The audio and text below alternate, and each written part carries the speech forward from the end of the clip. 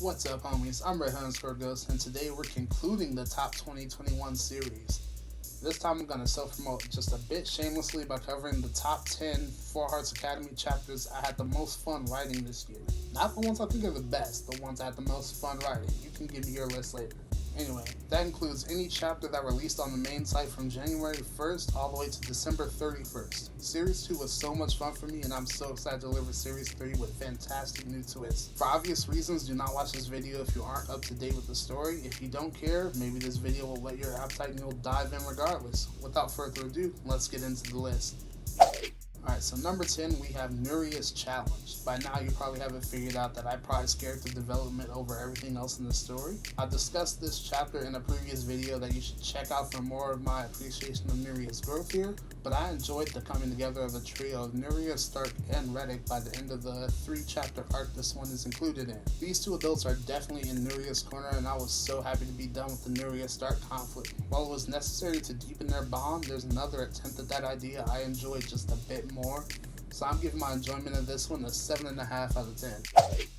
At number 9, we have End of an Academy. This chapter was a treat from start to finish. The tension present in this chapter has been building for a while. When I let the explosion go off, it's dark and beautiful at the same time. Tyra versus Liamria in a short but decisive bout nearly broke my heart even when I knew Tyra would survive. If you read her scream near the end and felt nothing, you're either a monster or I suck at writing.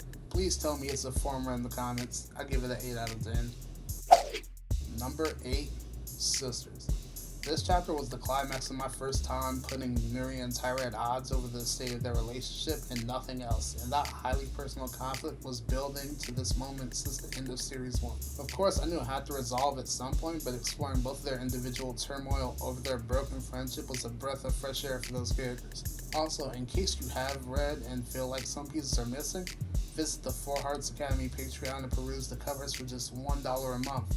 Also, 8 out of 10. Number 7, Team 92. Now, this isn't Avatar The Last Airbender, so don't expect this team name to stick like Team Avatar. It's just the year that the current sophomore class was slated to graduate, and might also serve as a little foreshadowing. Anyway, in this chapter, I follow up on the disparate actions each of the classes taken students of FHA that bring them together in the greenhouse. It's here that I take the time to show they're still children by the gruff they give one another when Avon tries to take charge, even if they all made the adult decision to fight against those looking to oppress them.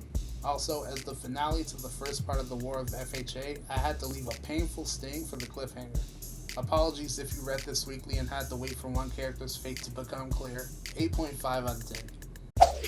Number 6, Liamria Returns. This was another critical chapter that I just couldn't stop writing once I started. Right off the hills of making up with one sister, Nuri has to defend another when she and Liamria meet face to face at long last. Everything Nuri had just recovered is on the verge of being erased, but she summons the strength to reverse their fortune. The battle doesn't end in this chapter, but sometimes the start of a fight is more interesting than the brawl itself. The conclusion will also be on this list, and boy do I have some stuff to say about that. 8.5 out of 10. Number 5, New Best Friend. This is one of the chapters I was most hyped to get to.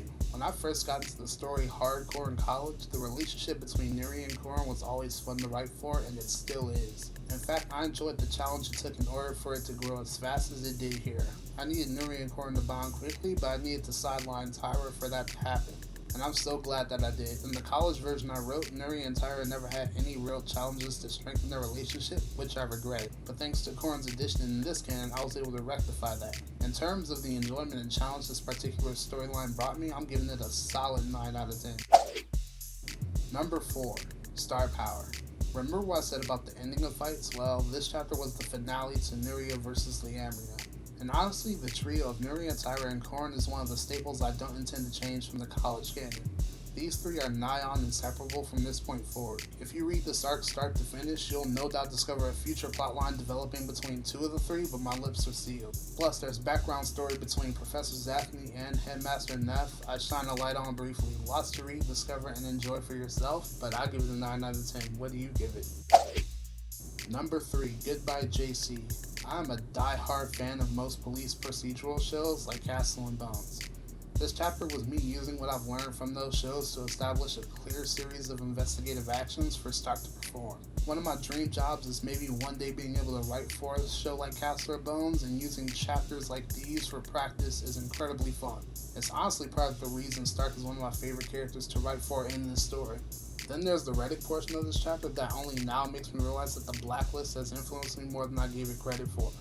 Also, this chapter brings up a lot of plot points that will continue to be explored in the rest of Series 2 and beyond. Also, this is one of the chapters where I name characters here after my dedicated patrons, a hidden perk no matter what tier you donate to. 9 out of 10 chapter, by the way. Number 2, One Man Army. So this is what you get for giving two people incredibly broken abilities and put them against each other. By this point, Tamari's powers have been explained quite thoroughly in the story, and Victus had time to watch her during her initial fight with Liamria.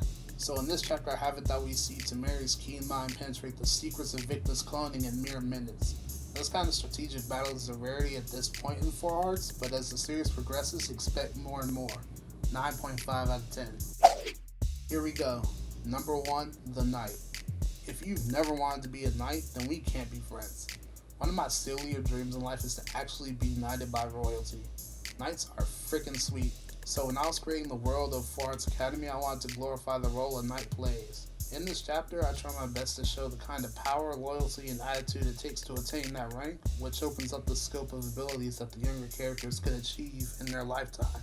Kirby being the first knight I introduced properly was not just for the plot, but because he resembles what knights typically appear as in the real world, and it helps for readers to absorb that easier. Also, I have him destroy several warehouses with a single swing of his sword, so yeah, 9.5 out of 10. Anyway, that's my list. If you've been following 4 Arts Academy since the start, let me know if you have a favorite chapter, or even if you're a loser with no time like me and have a whole top 10, we can be losers together. Let's talk. Later, homies.